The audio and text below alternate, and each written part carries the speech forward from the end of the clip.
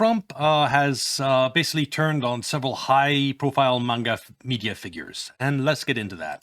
This is not me having an agenda politically or anything like that. It is patently obvious that when Alex Jones, Tucker Carlson, Megan, these are prominent Trump supporters, or were, that are now coming after him, calling him names. I have been saying there is a coordinated effort to shatter Trump's base, and I don't know that Trump's in on it or whatever, but now there is an effort to shatter Trump's base, to shatter because it's anti-establishment, basically. To shatter the anti-establishment. But I don't think that's going to work. It's like just Ukraine war, the Iran war, the attempt to shatter Trump's base. It's not like they're going to turn to the establishment. No, that's not going to happen.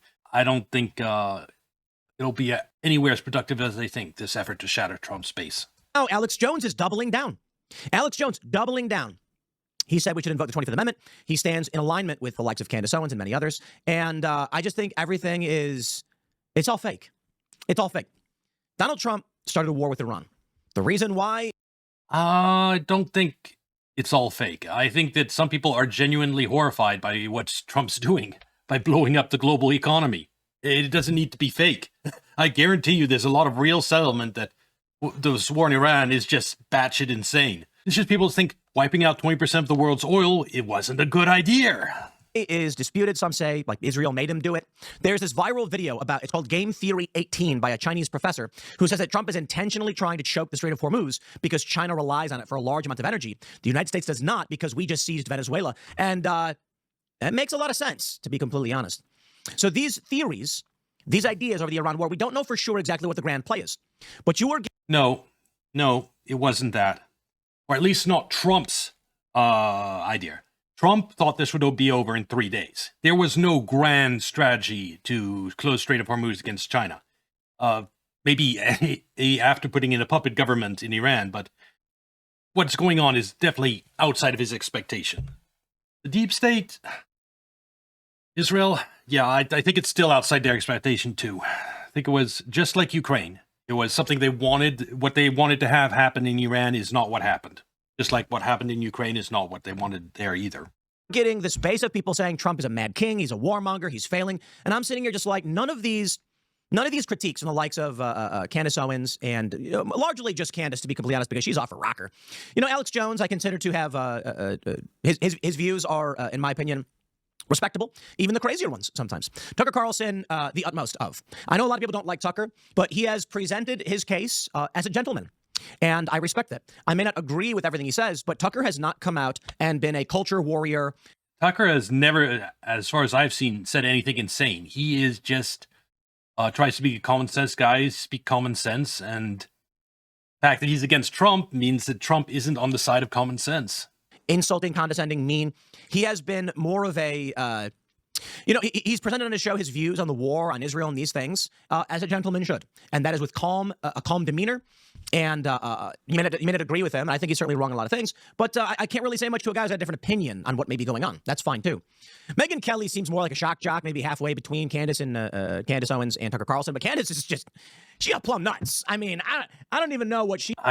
don't follow Candace Owens, so I don't know. But I think she has said some batshit stuff in the past, but I just don't know enough. He's on about, let me drink some of this delicious coffee I have from my Stanley Cup. Anyway, just, drinking from my Stanley Cup there. I view a lot of these people, especially now with Alex Jones, countering what Trump said as... It is interesting that in all the people Trump has, attacked, he didn't attack Tim Pool. And Tim Pool, I don't think is 100% on Trump's side. I just think he hasn't been as critical as the others.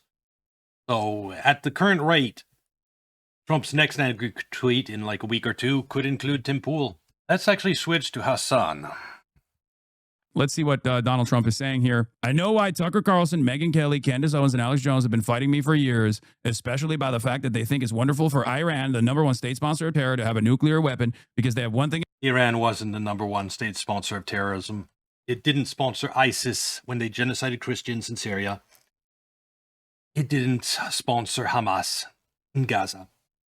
Both of those, were Netanyahu. In ISIS was Netanyahu and CIA and with a little Saudi on the side. In common, low IQs, they're stupid people, they know it, their families know it, and everyone else knows it too. Oh my God, it's so long.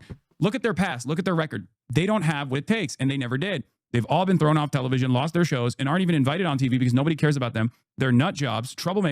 Tucker Carlson, who couldn't even finish college. He was a broken man when he got fired from Fox, and he's never been the same. Yeah, Trump is just going wild. And perhaps you should see a good psychiatrist or Megyn Kelly, who nastily asked me the now famous only Rosie O'Donnell question, or crazy Candace Owens, who accused the highly respected First Lady of France. All of these people were campaigned for him during the election, were his supporters. And he just insults them when they basically say that he's doing something wrong. Of being a man when she is not. Ooh, you shouldn't bring that up. That's like one of Candace. Well, we all knew Trump had an ego problem. Anyone, even from his first term, from the very beginning, the whole reason he ran for president to begin with is he has an ego. So he has an ego problem. So anyone that criticizes him gets this type of treatment at one point or another. And this is most popular positions, I think. And you just kind of look like you're defending France, which you never want to be doing, you know? And will hopefully win lots of money in the ongoing lawsuit. Oh my God, you're hoping that a French person that is associated with Macron defeats an American conservative commentator in a lawsuit about false accusations of being trans? Oh my God, this is the most. He's entertaining, if nothing else, and he's right about there. It's crazy for Trump to hope this. This is worse than Trump being like, I love Israel, I put Israel before Americans. From the perspective of like his own fan. Yeah, lately Trump is more MAGA than MAGA. More make Israel great again than make America great again. That is true. Base. He could just get away with saying like, I love Israel, Israel's the greatest country on earth, whatever, right? They also are evangelical Zionists anyway. But this unironically hits, dude. This hits Trump's base directly on the head. He's coming across like he's in support of not just. And unfortunately, Trump is going to be put in for a rude awakening here too, just like with Iran, in that his popularity is because of his role. People are MAGA because they want to make America great again. They don't want to make Israel great again.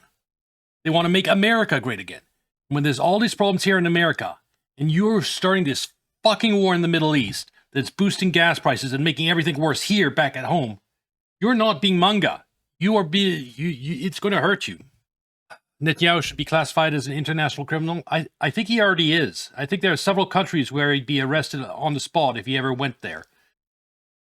And yeah, I've watched it happen for so long. People that deserve to be in jail, not being in jail, and never going to jail. Like Bush Sr., the father of, Bush, who did the Iran war. He's one of the people that really should have been in jail, but he got out to live his whole life, and he died of natural causes. So some of them are escaping their karma, and I hate that. But it's desensitized me a little bit. But yeah, I said Netanyahu is, personally, I'd throw them all in jail because there are so many to go after, and one can testify against the other. So I think that getting everyone is more important than having him testify against other people that he is not alone in doing what he's done. His funding of ISIS in Syria, yes, he might have been at the helm, but I guarantee you there were people behind the scenes orchestrating that. Now I want those people too. Any Frenchman, but Macron, he's coming across as disparaging trans panic adjacent rumor, which again his base eats up. It's very crazy. Actually, to me, the First Lady of France is a far more beautiful woman than Candace. In fact, it's not even close. Crazy. Or bankrupt Alex Jones, who says some of the dumbest things. Okay, again, he's bankrupt because he fought for conservatism from the perspective of like Republicans, who says some of the dumbest things and lost his entire fortune as he should have for his horrendous attack on the families of Sandy Hook shooting victims. Ridiculous. Okay, fun fact about that. For his attacks on Sandy Hook shooting victims.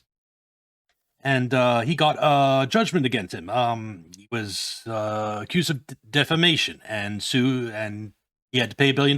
But fun fact about that. Now, you'd think that the truth is a defense against defamation. Like, if you say something true, you can't be sued for defamation. Well, the Alex Jones incident shows us differently. Because what happened to him, there was no trial. There was no, he got a chance to show that Sandy Hook really was a hoax and provide his proof. I haven't looked into it too much. I know there are a lot of bizarre things about Sandy Hooks, but that's just surface level. But it would have been interesting to see him go to court and actually try to prove it was a hoax. But that never happened. Basically, the judge said, fuck you, summary judgment, pay $1 billion. never got, even if all his claims about Sandy Hook were true, and it was a hoax, he still got hit with $1 billion just because one corrupt judge. And I think it's absolutely terrible for free speech. A summary judgment, never having a chance to defend yourself against a defamation case. It's absolutely terrible. And what's worse is people think that since he, quote unquote, lost this lawsuit, that his claims against the Sandy Hook victims were false. That's never been proven. There was no court case. No evidence was presented to a jury. Alex Jones might have a mountain of fact proving that the Sandy Hook was a hoax, but no one ever saw it.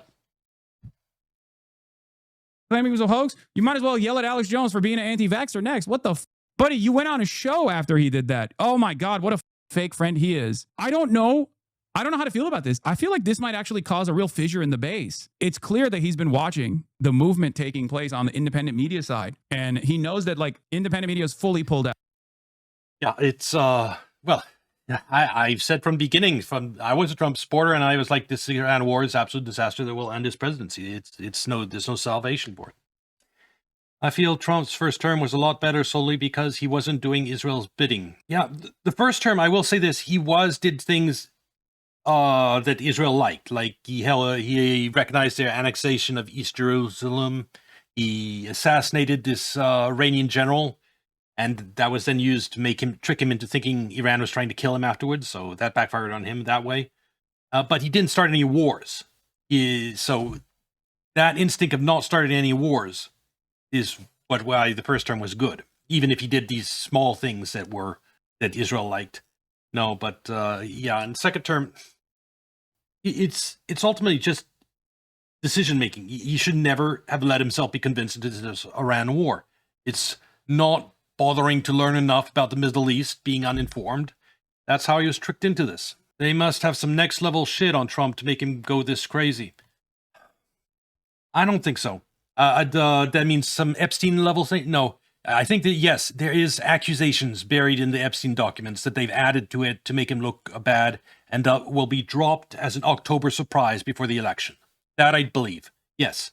But I don't think those are real. If they were real, they would have been used against him in 2016. They threw everything they had at him. They would have been used against him in his first term. They had that type of dirt on him, yeah, they would have used it. No, I think that it was that tricking him into thinking Iran was assassinating him, was trying to assassinate him. That the Ayatollah, the one who issued a fatwa against nuclear weapons, that guy was trying to assassinate him, and that Trump had to kill him before he was got. That's why Trump said, I got him before he got me. I think that angle is important. And I think that just Netanyahu and the Israeli lobby came in, and there just wasn't enough pushback. He went along with them, and it was a disaster in any case. Out, right? The podcasters don't fuck with him no more. Even Joe Rogan is like anti-Israel now, or anti-Israel curious at least.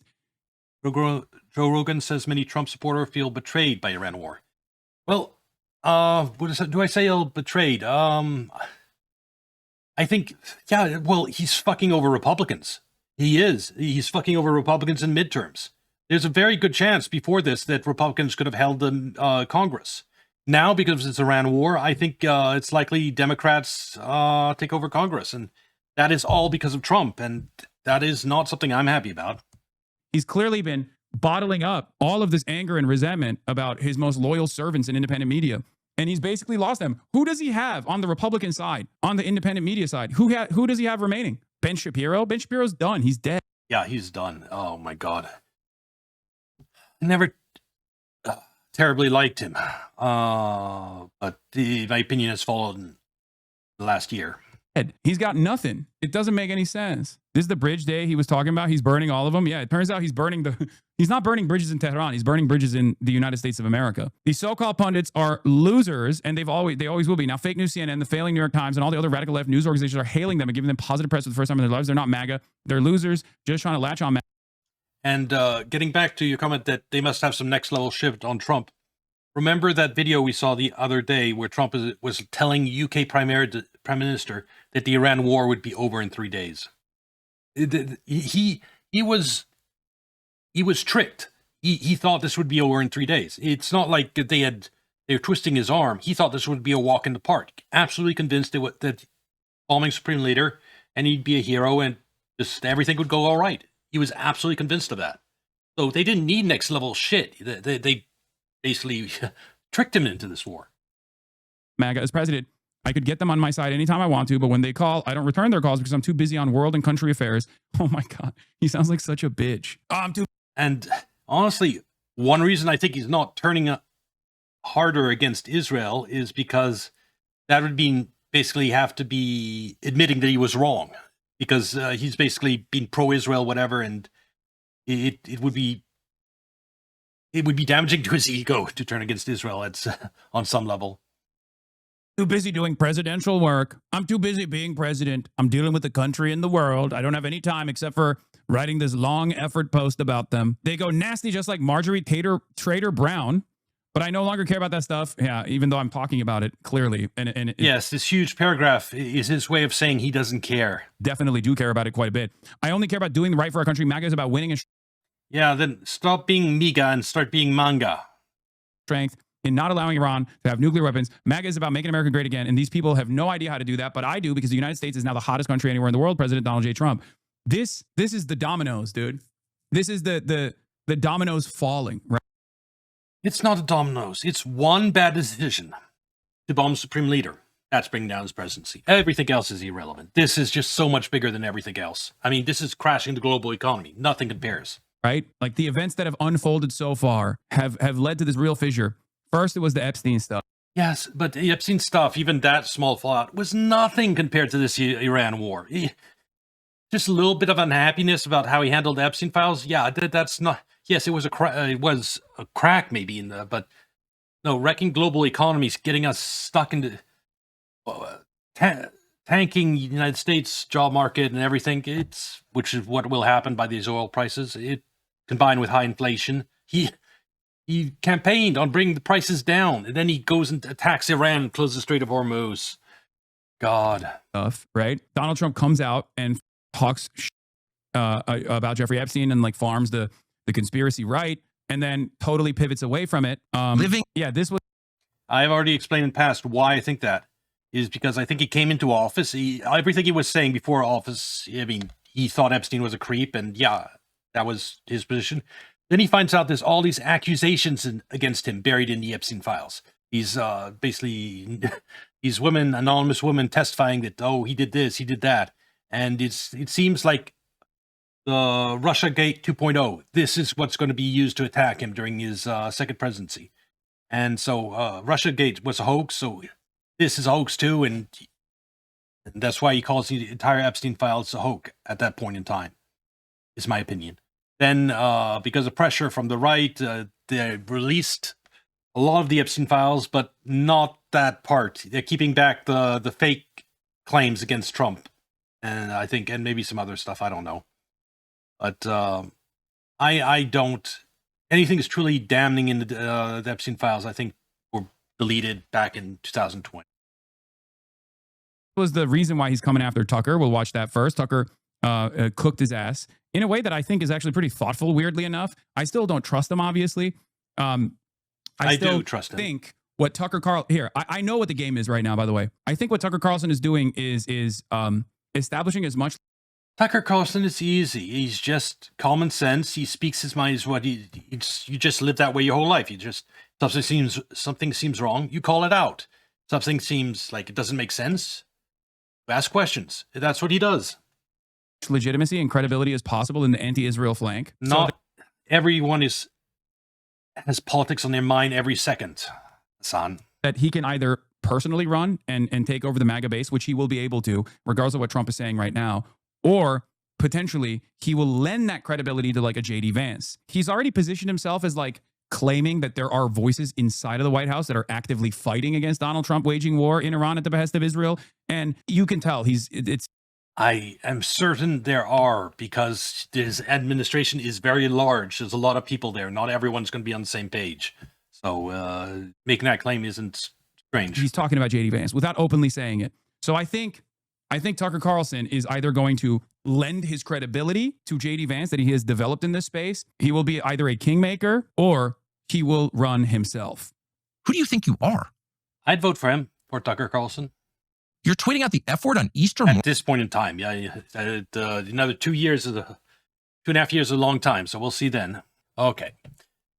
Let's move on. I just thought it'd be fun to go. So that's the break between Trump and his supporters.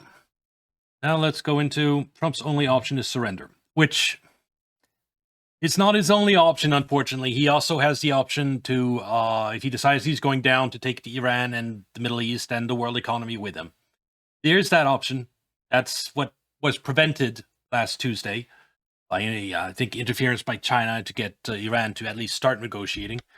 But I don't think that's not been eliminated at all. The divide between what Trump wants and what Iran wants is so large that I think he'll be making threats about ending civilizations in some later tweets.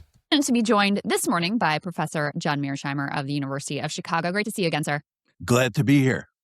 So just off the top, what is your expectations for what might come out of these diplomatic meetings in Islamabad this weekend? Well, I mean, it's important to realize that all we're trying to do at this point is get the ceasefire in place. And once that happens, then we'll have the serious negotiation. And to do that, he's going to at least have to pressure Israel enough to stop the fighting in Lebanon, at least long enough to have discussions for 1 or 2 days. And just to be clear, I think he can do that if it's just like, okay, stop the fighting for 1 or 2 days. I think he can do that much pretty easily with the Netanyahu. Whether permanent cessation of hostilities in Lebanon, that would be harder to convince Netanyahu of. But Netanyahu doesn't want to burn his bridges too much, so I think he'd agree to a few days of stopping of the fighting in Lebanon. Just a time for these negotiations to fall apart on their own. And the mere fact that we're having so much trouble getting the ceasefire in place makes one wonder where the negotiations are going to lead, even if they're going to get started. Nowhere. They're going to lead absolutely nowhere, at least this round. Trump isn't ready to make the concessions he needs to Iran to get the Strait of Hormuz open and to end the war. He can't politically, and he's finished politically. I mean, so much economic pain is in the pipeline for the United States. And if the outcome of the war is a complete loss for the United States, where Iran gets everything, and people in the United States, well, why are we paying an extra $1 or $2 for gas if we just to lose a war? That seems like a pretty retarded thing to do, no? Yeah, that might be, yeah, it also would hurt U.S. prestige and the U.S. military, which would anger a lot of people. It would be a huge shock to the Asmongold crowd if Iran wins the war and Trump basically surrenders. And I'm actually looking forward to that when it happens. It seems clear to me that the Iranians will not engage in serious negotiations regarding the ceasefire. They may, talk, but they're not going to engage in serious negotiations regarding the ceasefire until Israel stops striking at Hezbollah. It's just that simple. And Israel has, or at least it thinks it has, a vested interest in continuing to target Hezbollah, all for the purposes of undermining the ceasefire and in turn undermining negotiations. So I think the $64,000 question is whether the United States, which is desperate to end this war, will be so desperate that it will be willing to lean on Netanyahu in a really big way and get.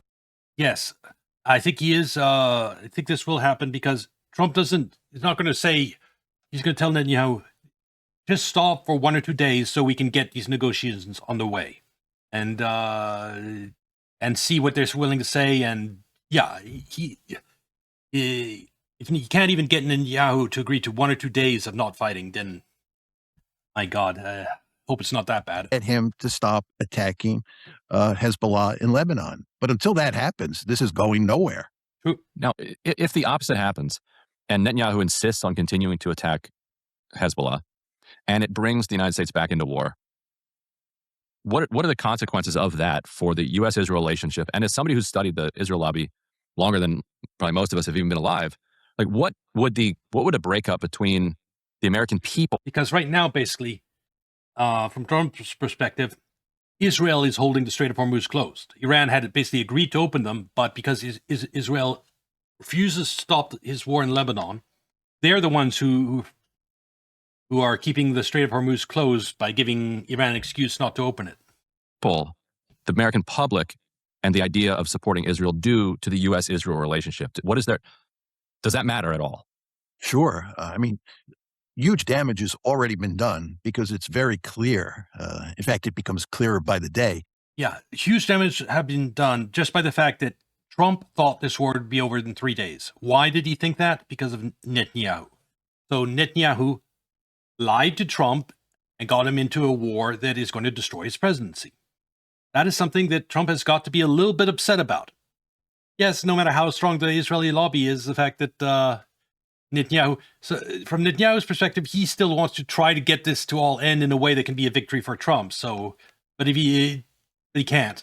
So I don't think there's no way to salvage that relationship. I think it's going to be interesting. That the Israelis bamboozled us into this war. Exactly. That they led Trump to decide to attack on February 28th. And it's clearly a failed war. I mean, this was a catastrophic blunder on our part. And the Israelis are responsible for that. So what Trump is now trying to do is shut the war down. And what are the Israelis doing? The Israelis are doing everything they can to prevent us. There are several problems with shutting the war down. One, Trump killed the supreme leader, their pope. They don't want the war to end until they've extracted a price from Trump and the world economy, until they've inflicted a loss on Trump. So you have that on the Iranian side, absolutely wanting this to end in a loss for Trump. And that's going to be part of the negotiations. They're definitely going to want to negotiate hard so that this is seen as a loss for Trump. So that's one problem he has. Second problem he has is Israel, that doesn't want this war to end. It wants Iran destroyed. And it's willing to, it would love America to sacrifice its economy, its people, to achieve its ends. And that's what it wants. It wants the United States to send in 100,000 of troops, get tens of thousands of casualties, and destroy the Iranian regime. Not necessarily what's best for America, though. And maybe a third angle is the Gulf states, which were supportive of this war probably because they bought into the Israeli 3 days, it'll be over propaganda. But now they don't want this to end with Iran in control of the Strait of Hormuz. That's why they attacked Iran directly just day before yesterday for the first time. It was to send a message that, yeah, we won't let this happen. We won't let you do a toll. We can destroy your oil infrastructure. And it's true. It is true. As much as Iran has the ability to destroy all the oil infrastructure of the Gulf states, they have no way to stop it. The reverse is also true. The Gulf states do have sufficient military to destroy all of Iran's oil infrastructure. So that's a fun little tidbit and a little bit of leverage they have. And they hate this toll that Iran is planning to propose. And the United States is going to have to put a lot of pressure on them to accept the toll if it's going to stick. And that's another thing that Trump is going to be loath to do. Not only does he have to break with Israel, he has to basically break with the Gulf states and force them to accept Iran's toll in order to open the Strait of Hormuz. That's what he has to do. He has to, A, basically accept terms incredibly in Iran's favor that are going to look like a loss for him. B, pressure Netanyahu and basically break relationship with him to stop the war in Lebanon, etc., and make Israel unhappy. And C, break with the Gulf states to an extent and say, well, we need the Strait of Hormuz open, so accept this toll for now. Do you think he can do all that politically? With how weak he is already politically, he tried to do all that. Oh my God, I don't think he can. Which is why there is just twiddling his thumbs, not doing anything, just like he's been doing, just occasional bombings and not changing anything really politically. And then there's the escalations, his threat of ending civilization, which would result in the entire Gulf going up in flames and no oil from there coming and the worst economic disaster the world had seen in centuries. Us from shutting the war down and to make it go on. This is going to do further damage to Israel's reputation in the United States. And the problem that the Israelis face is that we have this alternative media sphere now. And of course, your show is a perfect Yes, I am a tiny part of that, but there are a lot of alternative voices out there now. A lot of them Trump criticized earlier in the stream.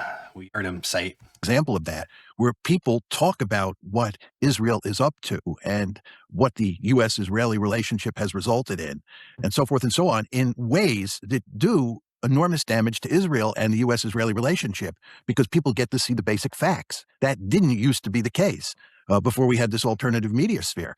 Yes, it was extraordinarily frustrating because, the basic... Well, not just this. In everything, the basic facts were kept from American people about COVID, about all types of other things. It's because the alternative media was tiny in the past. Now it's gigantic. It's bigger than the mainstream media, the alternative media. So they've lost control of the narrative.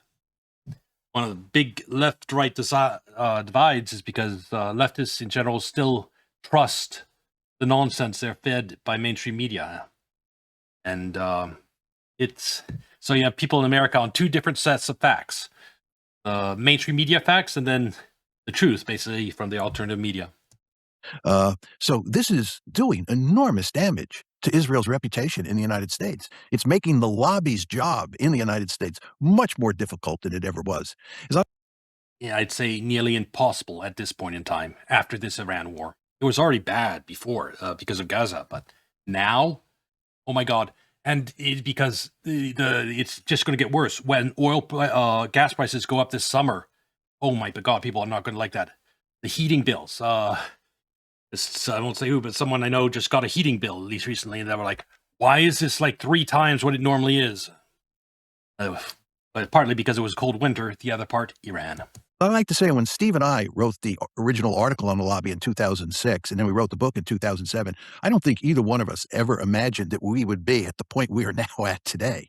The lobby has been so... Yeah, I don't think any other president would have been stupid enough to start this Iran war. I just think, or maybe stupid is the wrong word, uninformed enough. Because this ultimately is Trump just not knowing jack shit about the Middle East and thinking you could just kill Iran's supreme leader without consequences, which is just retarded. It's just because I think he didn't care that much about international stuff, and so he lets other people dictate his foreign policy more than he should. And he also gave up his instinct to be against wars, starting wars. Venezuela went so well for him, he thought, oh, I can do Iran too. What a disaster. Badly wounded. The U.S.-Israeli relationship is really in tatters, at least in the public mind. And I think moving forward, the situation only gets worse because Israel... It gets worse because the price increase from this war hasn't filtered through completely yet. This summer, the gas prices, that's when it really hits. Will behave. And next year, the food prices from the lack of fertilizer. In crazier and crazier ways, and more Americans will realize that, and they'll be well aware of what this escapade in Iran has led to. I'm curious, sorry, Emily. I'm curious what you make of the landscape of leverage going into these talks that the U.S. administration has. Trump obviously claiming that Iran has been completely decimated, defeated, they have no military, etc. Iran in the... He can just dismiss that all. He said their missile capacity was completely destroyed, and then they send out more missiles than they have so far in the war. They said they only had 3,000 missiles, and they've already shot more than 3,000. They're getting up to 4,000 now. No. And they said no air defenses. Then they shoot down a dozen of our planes, helicopters, and jets, and refueling aircrafts. No. Just don't believe any of the propaganda and the nonsense Trump says on that topic. Meantime, still retains the capacity to strike at Israel, U.S. assets in the region, controlling the Strait of Hormuz. Who do you think has more leverage going into this? Where do you see these talks potentially going in terms of any sort of framework for a possible deal? Yeah, that is an enormously important question that you just asked. And my view has long been that the only leverage Trump has is that he can completely bomb Iran's oil. And he can damage their energy infrastructure. He can inflict a lot of damage to Iran. That's his only point of leverage. Iran's leverage is that they can inflict huge damage to Israel. They can completely destroy the Gulf states. If they wanted to, they can destroy desalination plants. And that makes all those areas uninhabitable. Can destroy all their oil and go after their tech companies that have headquarters there and branches there. Yeah, it can decimate the Gulf states. It controls the Straits of Hormuz. So even if it does it, so it already controls the oil, and it can destroy that oil capacity, production capacity completely. And U.S. is running out of offensive weaponry and all type of weaponry, so it's another pressure point on Trump. Most of the cards are in Iranians' favor. It just we don't have the political will to go in and secure Strait of Hormuz also, because this was an unpopular war to begin with. So we have no ability to take casualties. So even if we could afford to wait the 6-8 months to put together 200,000 troops and try to go in secure straits, we have no ability to take casualties. So we had no chance of succeeding there. Most of the cards are in Iran's favor. The only one that Trump has is his basically genocide type comment, like, well, destroy a civilization, which is destroy the oil infrastructure, do huge damage to the country. And everyone in the region loses. Everyone in the world loses because we lose cheap oil from the Gulf. Iran has a vested interest in prolonging the war. Or to put it in different terms, prolonging the closing of the strait. Every day it's closed, it's more pressure on Trump. Iran sells its oil for higher prices because it's still selling its oil right now. And its ally, Russia, is selling its oil at higher prices. And China has huge reserves, and it's as deals with Russia, Iran and Russia, so it's least affected by this. And all of the U.S.'s allies, by contrast, are under huge pressure because of the closure of the Strait of Hormuz. So, yes, every day the Straits of Hormuz remain closed, that's good for them. And that's why I was so amazed and so upset with Iran for agreeing to open the Strait of Hormuz Tuesday. It's like, don't go into negotiations like throwing away your biggest point of leverage, which is the closure of the Strait of Hormuz. You keep, that's insane for negotiations. And I was right. They didn't open the Strait of Hormuz. And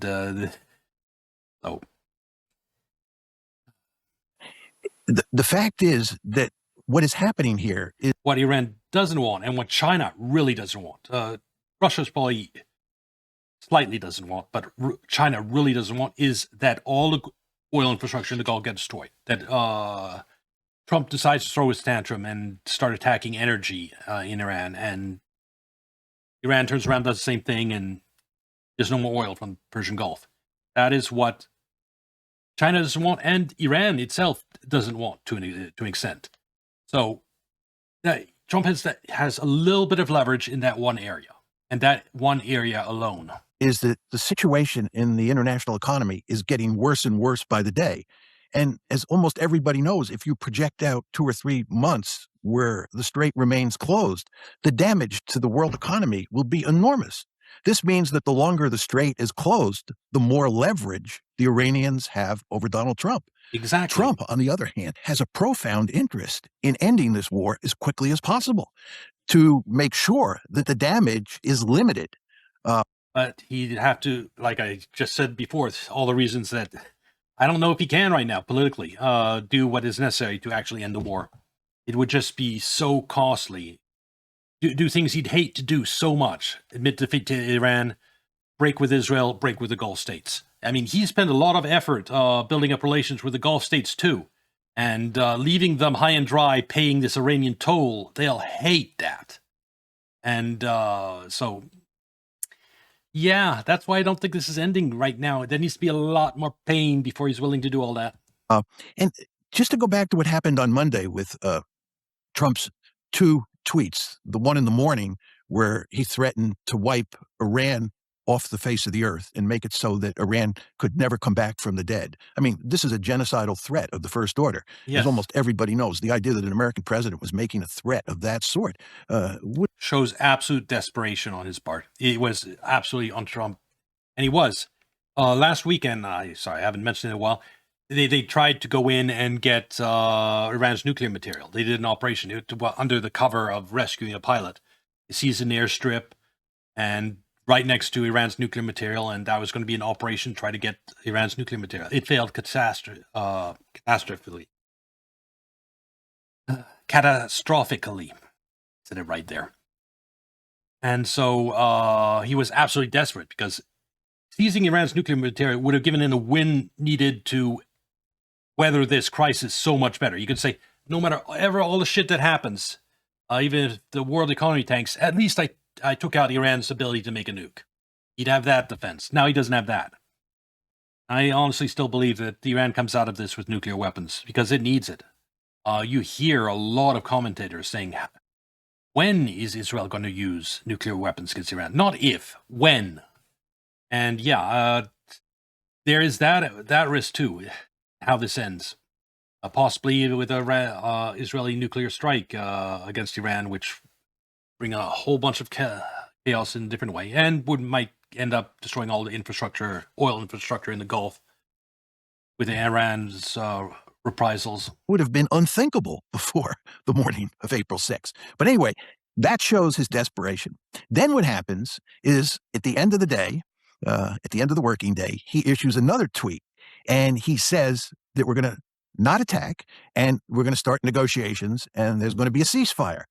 And what's truly remarkable about the second tweet that night is he says that we accept the Iranians' 10-point plan. You remember, there are two plans on the table. One, look at that in context of what Trump did with the negotiations earlier this year.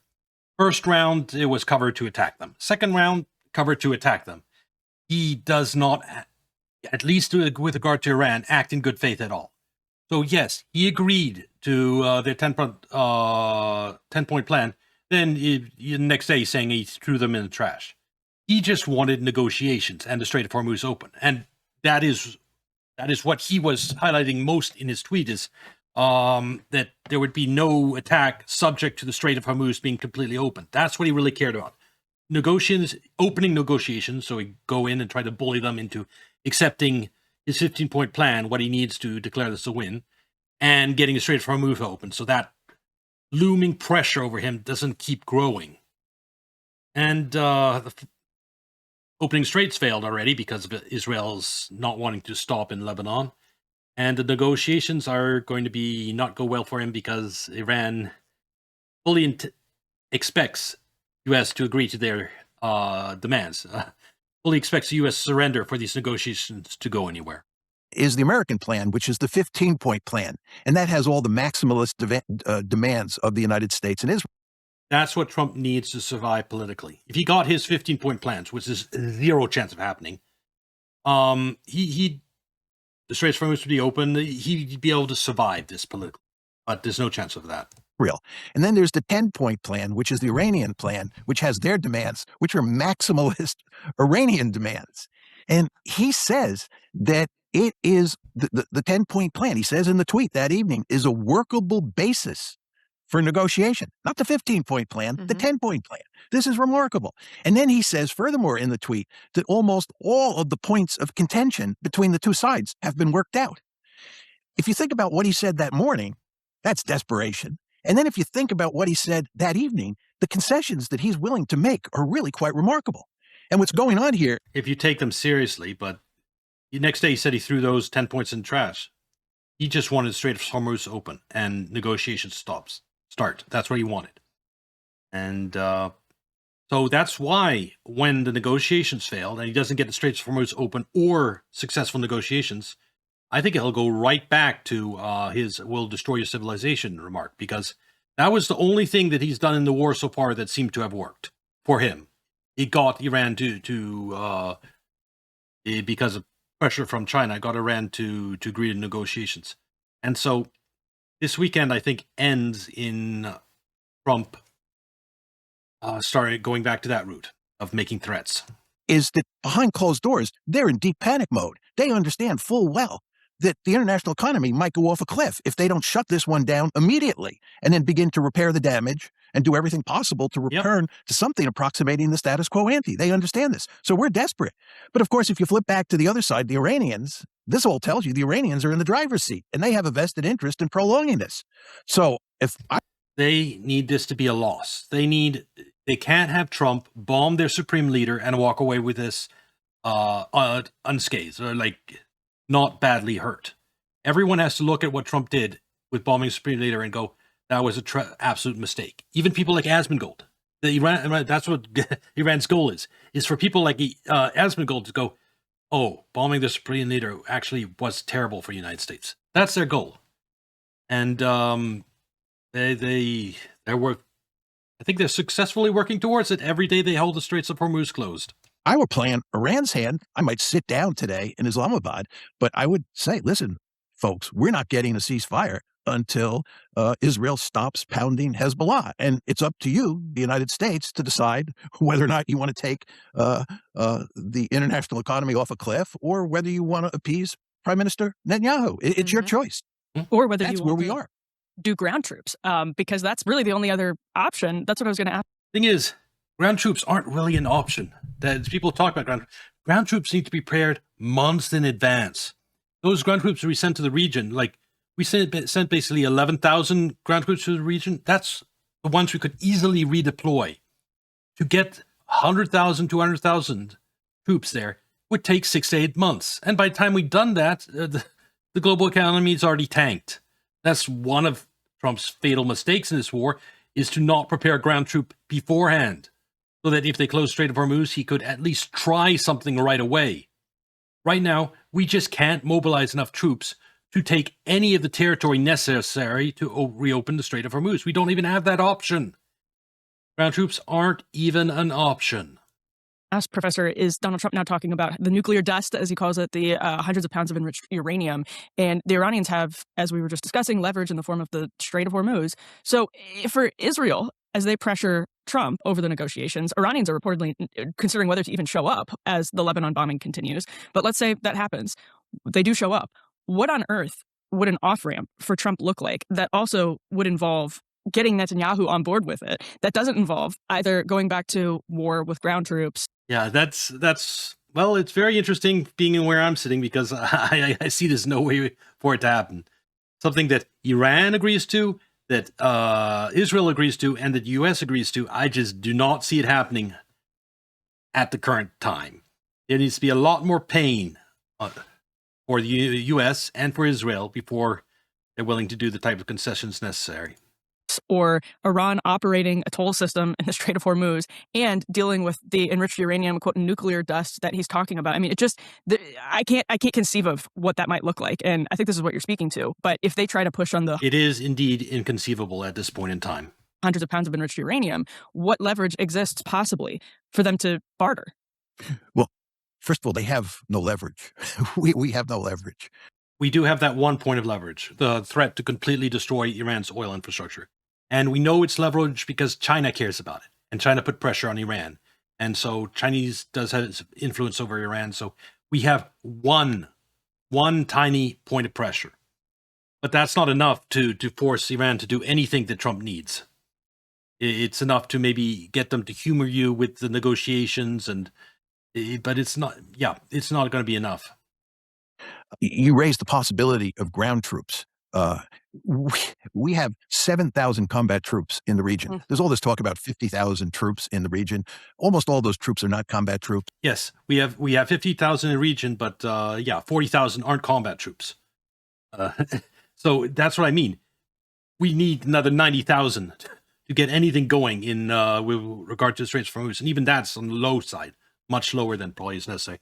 200,000 is what is actually needed to take Strait of Hormuz, and it has to be done in a context where the U.S. can afford to take tens of thousands of casualties. I think 10,000 to casualties probably to take Strait of Hormuz. This is the era of drone warfare. That is 200,000 troops, willingness to take 10,000 dead Americans to open Strait of Hormuz. Do you think there's willingness to that in the United States to accept those types of losses?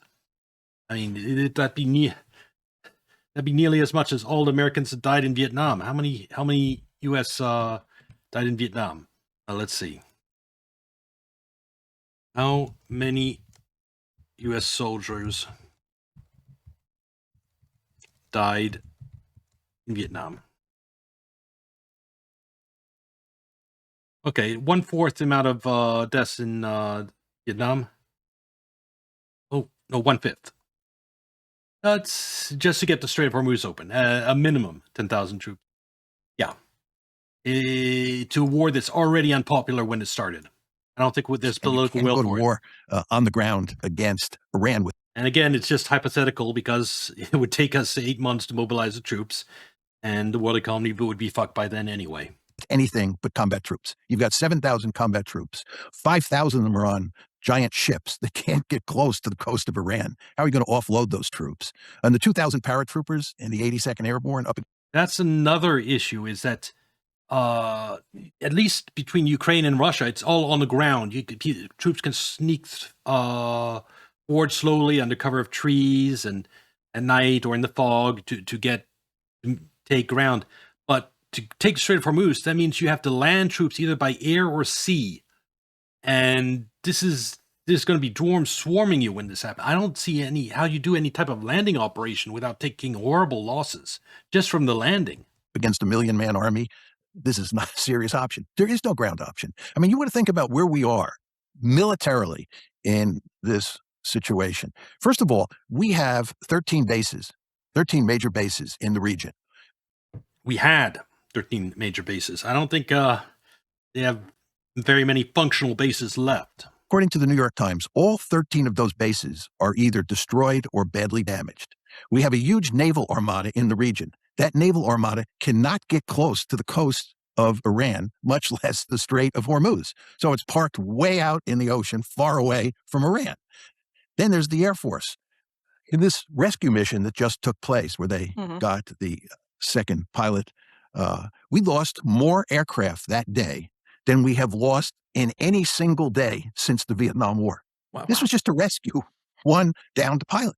Well, there's not just a rescue. We might watch a video on that afterwards. He most likely went after the uranium, and that operation got completely botched. But still, even without that, we've been losing aircrafts pretty consistently, either in the air or on the ground, where they send missiles and strike our aircrafts when they're parked. And we've taken some severe losses. But more importantly, the bases near Iran are now unusable. We're forced to operate from bases farther and farther from Iran, which increases the cost of bombing Iran. And we have to use standoff weapons. Our ability to actually hit Iran has gone down significantly, especially with the depletion of our arsenal that's now in several categories on the verge of running out. The offensive, the standoff weapons, the weapons that can be fired from hundreds of miles away, like plane goes up, fires it. They don't actually need to go deep into airspace, and they just need to get close enough to fire the missile, then get away safely. Those type of missiles, we're very low on them. We lost more aircraft that one day than we have lost any day since the Vietnam War. Then there's the whole business of our missile inventory. We're running out of defensive missiles. We're running out of high-end munitions. We have interests all around the world, especially in East Asia. And we're using up the... Yes, we are supposed to protect Taiwan in case China decides to do something. How are you going to do that if we use all our inventory of weapons, defensive and offensive, in the Middle East? I mean, we used 25% of all our Patriots so far in this Iran war. 25%. That's... we're going to need a lot more than 25% if we actually ever get into conflict with China. We just can't afford to be using this huge quantity of missiles against Iran. This rather small inventory of boutique weapons that we have, where does that leave us? And then there's the question of our allies. We can't protect our allies. In fact, we've turned our allies, these are the GCC states. The deterrence of NATO is shrinking every day this Iran war goes on. I mean, we are the military backbone of NATO that, is supposed to convince Russia not to attack Europe. Well, all our weapons are being drained away in this Iran war. And we're still completely occupied there. NATO's deterrence is at its lowest level ever in Europe. And this is at a time where, as I went over yesterday, EU is provoking Russia like never before in terms of going after its shadow fleet, in terms of the Baltic states allowing Ukrainian drones to fly their airspace and attack Russia from an angle they aren't expecting. Yeah, so there is a real possibility of escalation in Europe too, especially the more exhausted the United States becomes, the more provocations go on in Europe, more likely Russia finally decides to lash out at, like, say, the Baltic states. And now you have supposedly in Article 5. Will Russia, now that he's had this huge falling out with Europe, actually show up if Article 5 is invoked? States, the Gulf states, into giant magnets for Iranian drones and Iranian ballistic missiles. Our military performance here has been abysmal. The idea that we have a military option. So this gets to your question. What? Yes, we might not have any military options, but the problem is for Trump is he has no political options. Everything politically that he'd have to do to end this military conflict would be crushing for him. It would shock Asmongold what he'd have to do to end this conflict. So there's no military options and no political options for Trump. He has no options at all. And doing nothing every day, the Strait of Hormuz remains closed, and the pressure on the world economy grows. It's just, that's why he was just fucked the instant he decided to bomb the Iran's supreme leader. That's the off-ramp here. There's only one off-ramp here, and that's surrender. And what the actual terms of the surrender are have to be worked out. But this is what President Trump said in his tweet on Monday night. Yeah, the one thing, Trump does have that option, like taking the world down with him. If he's going down politically and just say, okay, I'm just going to bomb the shit out of Iran, Middle East goes up in flames. I've said before, and everyone loses. So there's that, and there's a Trump surrender. Those are the two realistic options out of this at this point. And I will add that in like a month or two, there'll be a third option added to that, which is Israel decides to use nukes against Iran. I don't think it'd take at least another month before Israel is pushed to the breaking point where they'd actually seriously start considering using nukes. So that one isn't an option yet. But yeah, every way of this ending is horrible for the West. There's no good outcome.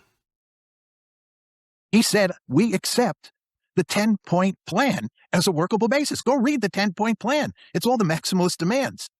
Furthermore, with regard to Netanyahu doesn't want to let the ceasefire come into place, and he certainly doesn't want to see an end to the war, because this will be a catastrophic defeat for Israel. As big as we went over yesterday what people are saying in Israel already about this war, and say if there's a ceasefire now, this was like the worst defeat in Israel's history type deal.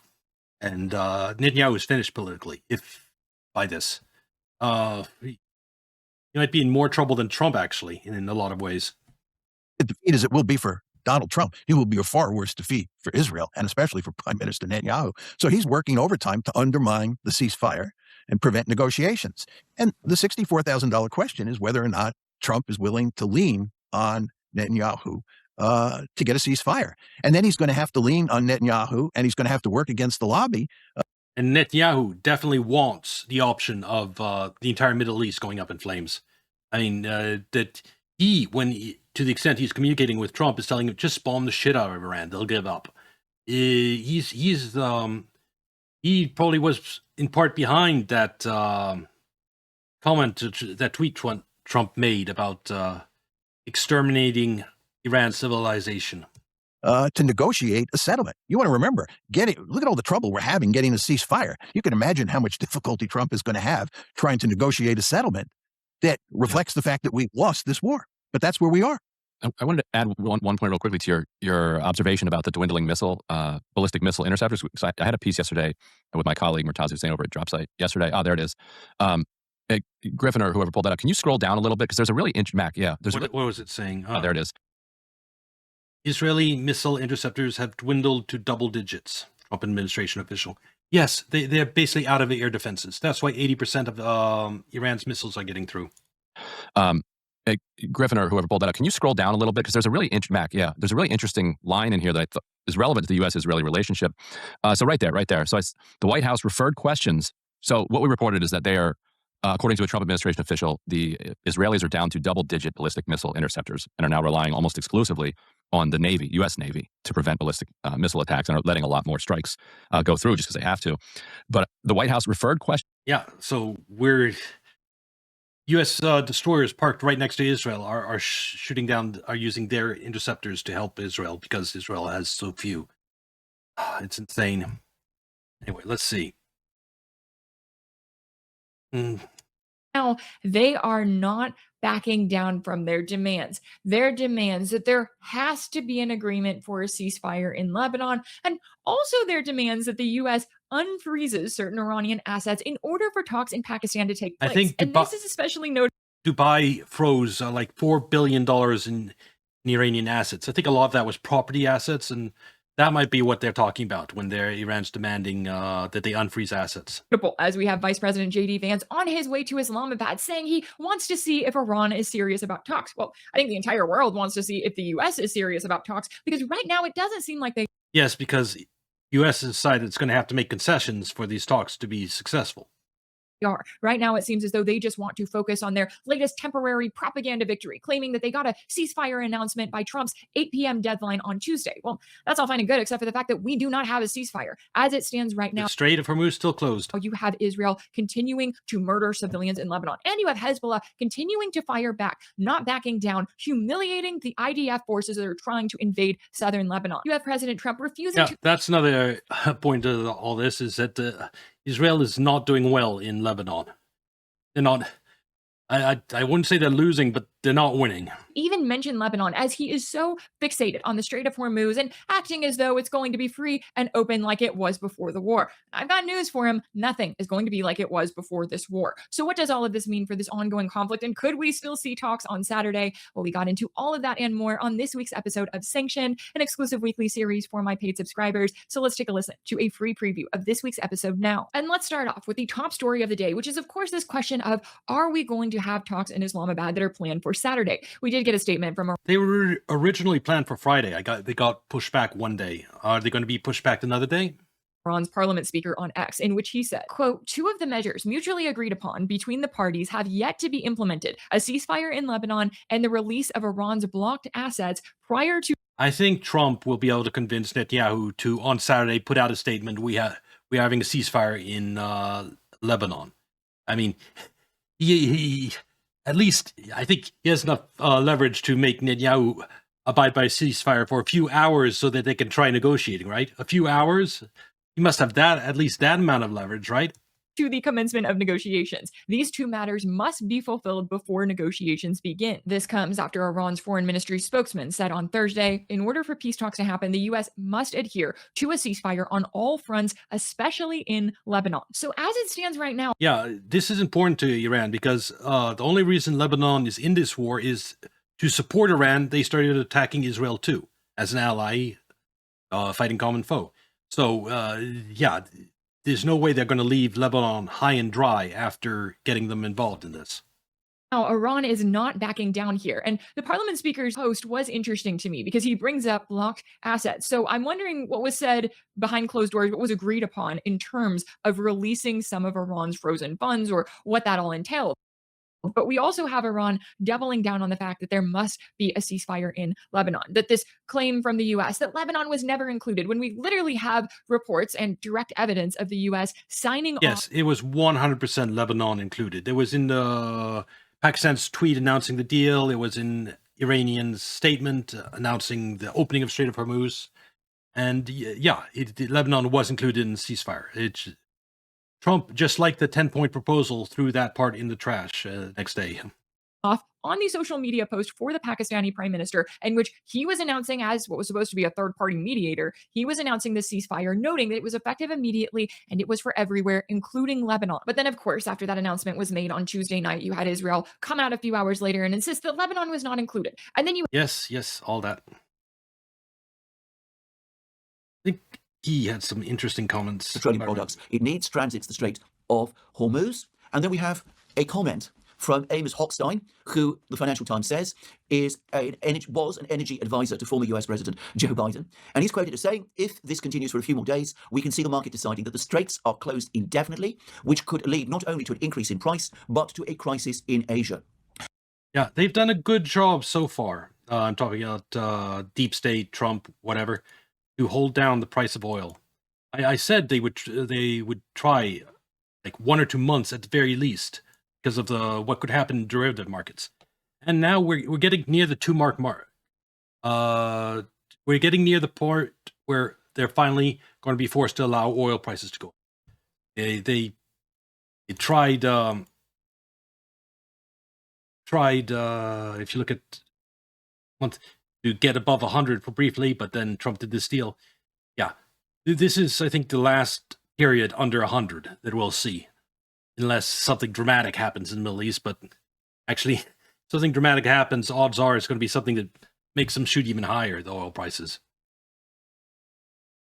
This is not just about high prices. This is about an actual physical shortage, which is playing out. Now, Amos Hochstein is, of course, a former advisor of Joe Biden's. He's obviously not going to be a friend of Donald Trump's. He's not going to say things that appear to help Donald Trump. But for the But he's saying common sense stuff, so might as well believe him. record, what he is recorded as saying here by the Financial Times, that if there is no movement to no diplomatic or political movement to get the Strait of Hormuz reopened for traffic on the same basis that existed before 28th February 2026, when the conflict began, then the market is going to give up all hope that that is going to change unless it happens over the next few days. They will decide that the Iranians are going to maintain control of the Strait of Hormuz indefinitely. And that in itself is going to have a massive psychological effect on the markets. They will begin to price oil futures differently from the way that they are doing now, and we could find ourselves facing a physical shortage. Now, No, I think physical prices might go up even more. The futures will stay in backwardization, as in lower than the actual prices. And we can't allow those to go up too much yet. But overall, the futures will rise above 100, and then the real price will rise like maybe 150, 160. That'll happen if the Straits of Hormuz remain closed for another week or two. by coincidence, the Iranian... Already right now, some of these are trading at 140 right now. You see the futures is under 100, but the physical market right now is trading at 140. Iranians themselves have now published what they say is an analysis of the situation in the Gulf of Hormuz. And let me stress, this is an entirely Iranian-produced document. But what it says is this: why no power can undermine Iran's eternal dominance over the Strait of Hormuz. And in respects, the single most important outcome of the 40-day war that was fought after the 28th of February, and they're never going to surrender it again, because why would they? So that's the biggest, most important salient fact that we are looking at now. Now, President Trump has made more threatening words about the unacceptability of the Iranians retaining control of the Strait of Hormuz in the way that they say they are going. Yeah, because he's under pressure from the Gulf states saying, yeah, you can't, this toll is, no, bullshit. No toll. We won't accept a toll. So he's under huge pressure from the Gulf states on that regard. To do. The Iranians, judging from this article, appear confident that they can defy Donald Trump. In other statements that the Iranians have been making over the last 36 hours, they say that they have fought the United States to a point of strategic exhaustion, that the Americans are indeed out of weapons, that the United States dare not risk a military campaign. True. Well, it's not only that they dare not risk a military campaign, they can't. It takes 6 months at minimum to get any type of troops to the region. For 100,000 plus, 8-10 months. And Strait of Hormuz remain closed for that long, it's game over anyway for the United States. So military options on the ground aren't even an option. To force open the Strait of Hormuz, the Iranians may be making big mistakes in making those assumptions, but they are the assumptions they are making now. And to say it straightforwardly, I don't think that there is any pressure anybody can bring to bear now that is going to make them change their view. I don't think so either. Yep. I don't think there's any diplomatic or economic pressure, because the economic pressure that Iran is able to exert is so much greater now than any pressure which can be brought to bear against it. The only way that this situation can change is if the United States commits overwhelming force and is prepared to wage a long, indefinite campaign to force open the Strait of Hormuz. And yesterday on the Duran, Yeah, it's not even an option. It'd take too long to set up, and the world's economy is tanked by then. Privileged to do a program with Joe Kent, the former director of counter-terrorism in President Trump's administration. And Joe... Okay, one way he could, Trump might be able to do, is if he institutes a draft and really speeds line everything. He might get and throws troops into combat without sufficient training. Those are the type of things he'd need to do to get enough troops into the region to make a difference. And that would have catastrophic losses in terms of casualties for the United States, because he'd be throwing people that without enough training into combat in the era of drone warfare. So yeah, it's just so unworkable. Kent made the point that even if the United States were able to occupy all of the islands, all of the immediate territory, so as to succeed in opening the Strait of Hormuz, it would at that point find itself in a situation where it would have to garrison these control points indefinitely. Yes, and there would be constant losses because drones flying in, and Iran has all these artillery and ballistic missiles. It would be just like the Ukraine is a quagmire for Russia and stuck there. We would be stuck in Iran, and arguably we would be much worse off than Russia because Russia is not fighting this on the other side of the world. They're fighting it right on its doorsteps. Logistics are so much easier. To fight the same type of war Russia is fighting on the other side of the world would be a nightmare for us. Lest the Iranians choose to regain control, and that would mean permanent boots on the ground on this very territory, facing continuous threat of Iranian retaliation. And Joe Kent, at least, seems doubtful that this would be acceptable politically to the Americans. Yeah, if we take the Straits of Hormuz, we'd eventually have to go all the way to Tehran and do regime change and require another over 1 million troops to do that. And the losses would dwarf Vietnam at that point. American people in the United States. So there it is. This is where we are. And the Iranians say that for the moment, at least, they will continue to exercise extremely stringent controls over exit and entry through the Strait of Hormuz until and unless the fighting in Lebanon ends. And they are also saying that they reserve the right to restart the war, to conduct missile and drone strikes if the fighting in Lebanon continues, which, were it to happen, well, at least in the short term, it would compound the atmosphere of crisis even further. I'm going to say it is increasingly looking to me as if that decision to start this conflict on the 28th of February was the most catastrophic decision that has been made by any Western government since the end of the Second World War. I agree. But I was saying that day one that Trump was fucked, his presidency was over. It's just other people are coming to that realization more and more recently.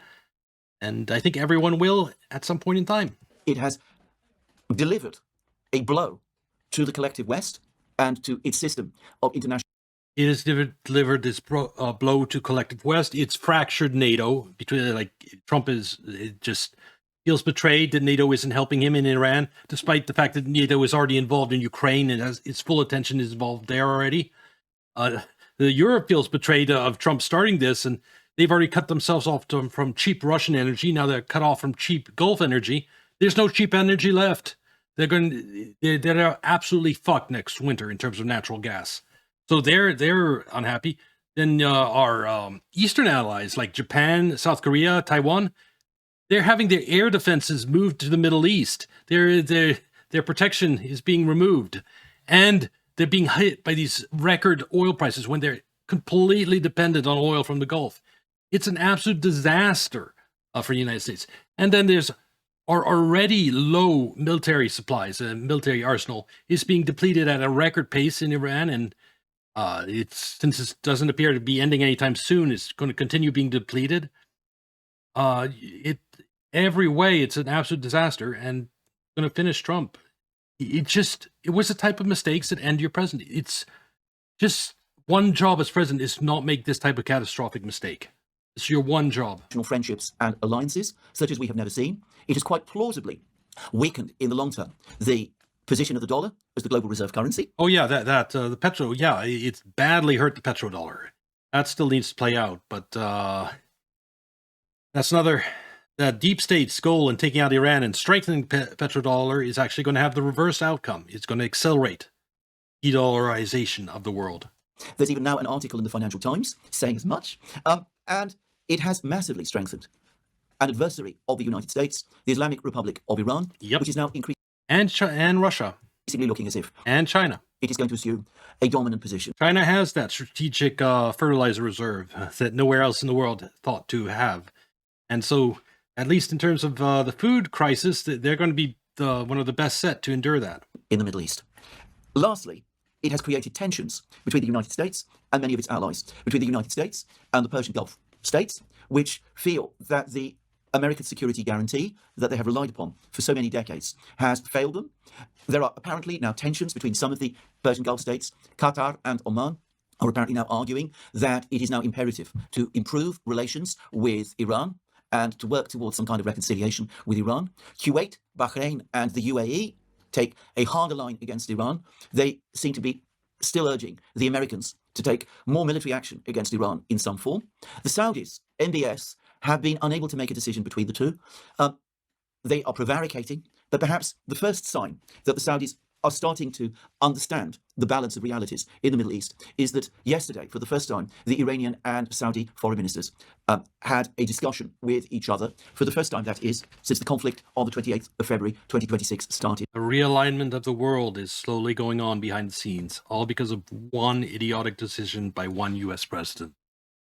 And of course, it is a discussion in which Iran now is in a position of overwhelming advantage. So that is one alliance which is starting to fracture. Another alliance which is now experiencing, I suspect, growing stress is the one between the United States and Israel. The Israelis appear to have assumed that in the event that they could involve the United States in a war against Iran, then it would be a repeat of what happened in Iraq in 2003. It would result in the Netanyahu might have been believing his own copium about Iran just collapsing under the brutal assault of the United States and Israel. Collapse of the Iranian government. A number of people, Joe Ken, for example, in the program we did yesterday, said that the Israelis are less concerned by what sort of government is established in Iran. If there is a collapse there, if there is chaos, as there was in Iraq, well, they can live with that. But what they have got instead is a stronger, emboldened, more powerful Iran.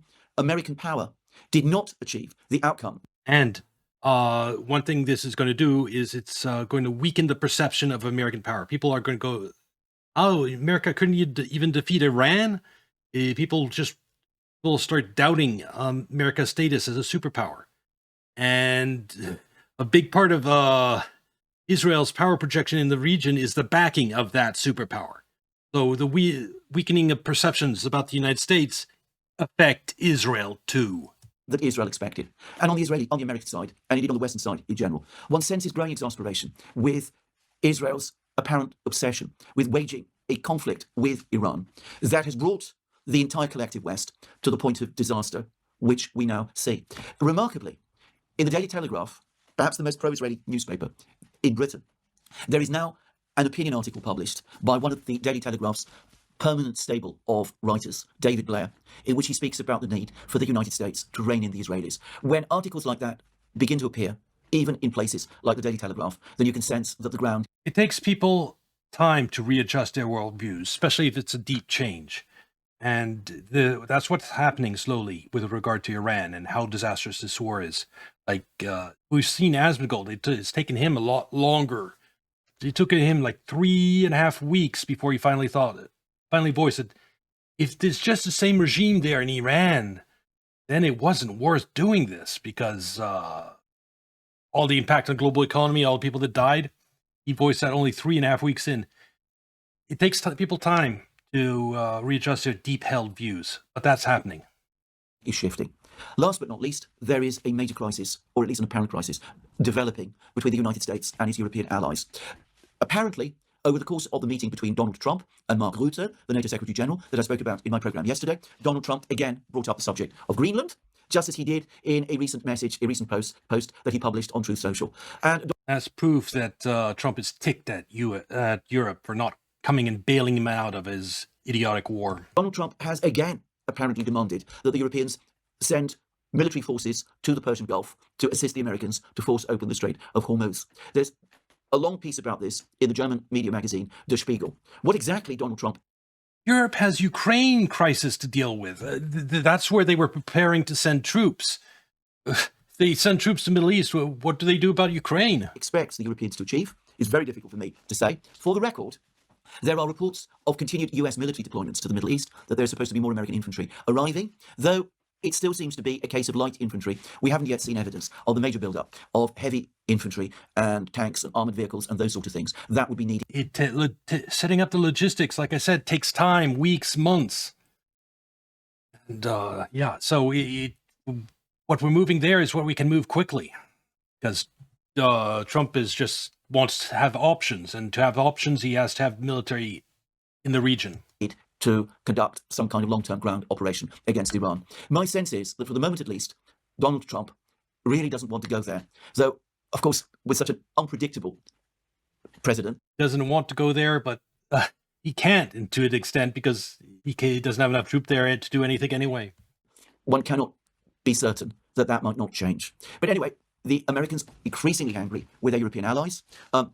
apparently shocked by the revelation of their allies' profound military weakness, which has been obvious to all of us who've been monitoring the realities. Yes, all the West military is just a shadow of what it once was.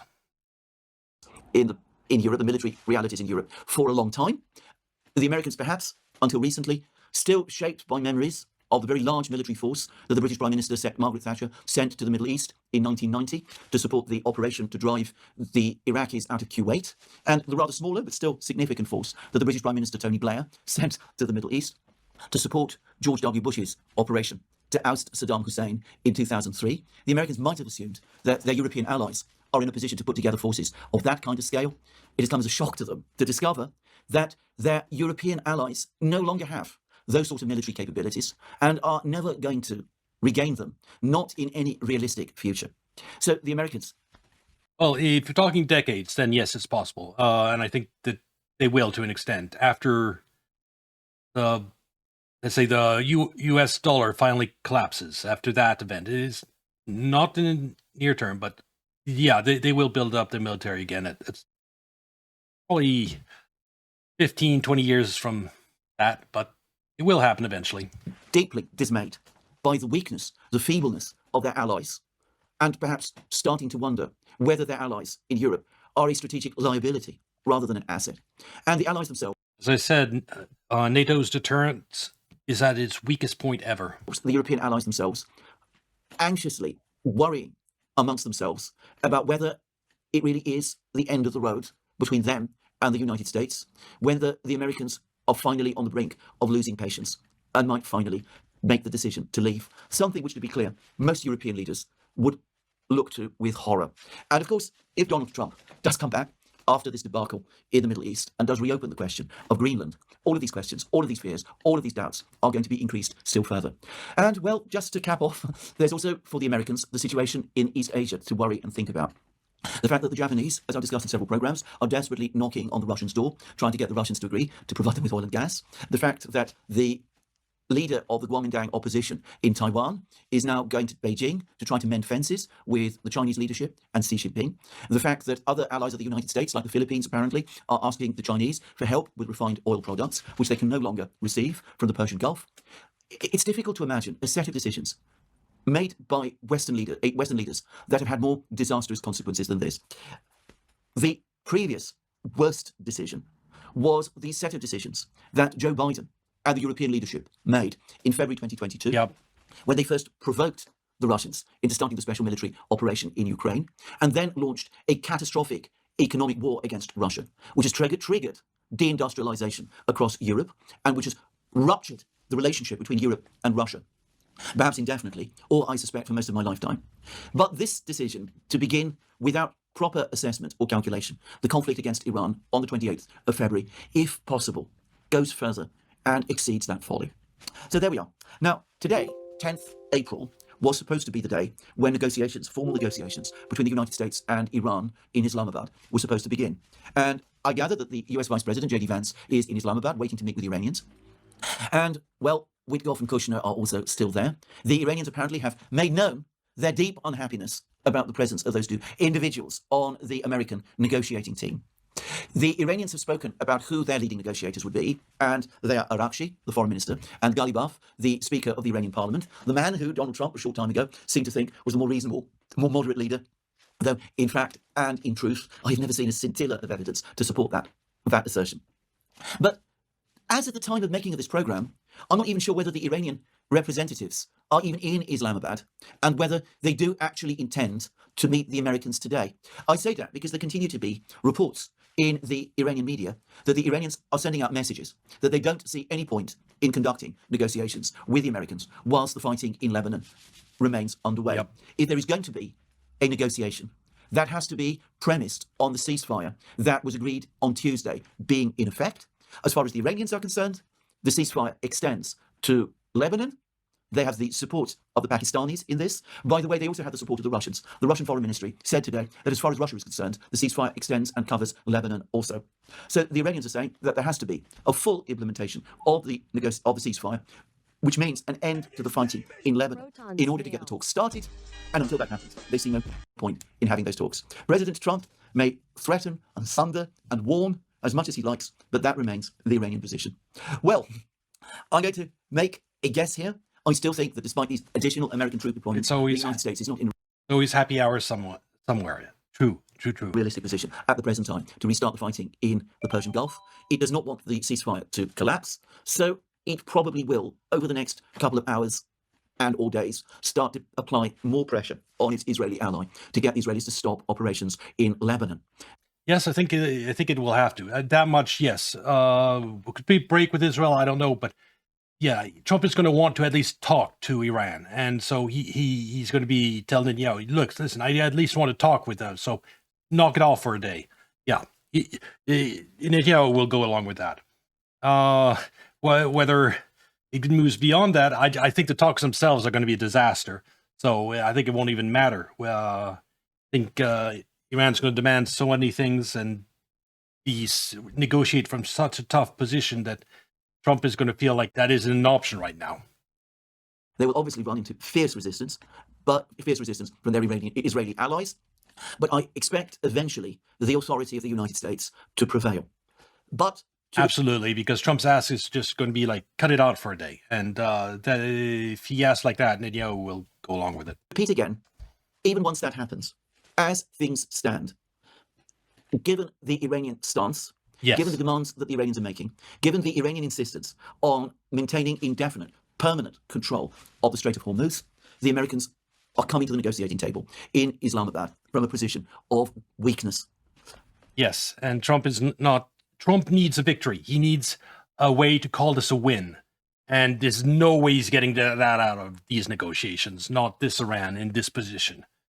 And his hope is Strait of Hormuz open, Iran capitulates to all his demands, and he somehow saves his presidency. But that's not going to happen. One must now at least address seriously the possibility, probability even, that at the end of this conflict, we will have a situation where the Iranians do indeed retain control of the Strait of Hormuz and succeed in bending the Persian Gulf states to their will. And that will be a geopolitical revolution, to say the least, and it will also be a fundamental restructuring of the balance of power in the global economy. Well, there we are. That's how things look to me today. We still get, as I said, all these reports about an American military buildup. Maybe that will change the whole situation, but for the moment at least, I think it is unlikely. Now, the other powers, the Russians, are watching all of these events in the Middle East very carefully. Their envoy, Kirill Dmitriev, the head of the Russian Direct Investment Fund, he is again traveling to Washington. However, Peskov, Putin's spokesman, has said very, very clearly that Dmitriev is not going to the United States in order to negotiate on the subject of Ukraine. There are no negotiations between the United States and Russia, and between Russia. All right. I think that's where I'm going to end my Iran segment for today. I think I covered everything. I expect negotiations to take place, maybe Saturday, maybe Sunday, whatever time it takes Trump to get Netanyahu to knock it off in Lebanon for a day or two. And then I expect those negotiations to go very badly from Trump's perspective. That is my current expectations. And maybe Sunday or Monday, we're going to have another tweet about erasing Iranian civilization. Because that's the one thing that worked so far for Trump, so he might go back to it. And then we're right where we are last Monday. We'll have one semi-peaceful weekend, maybe, while these negotiations are going on before the war kicks up again. So let's look forward to that. Look at the bright side. Strait of Hormuz still won't be open, though. The mess. Like and subscribe, come watch on Kick or Twitch, and I'll see you next video. Bye.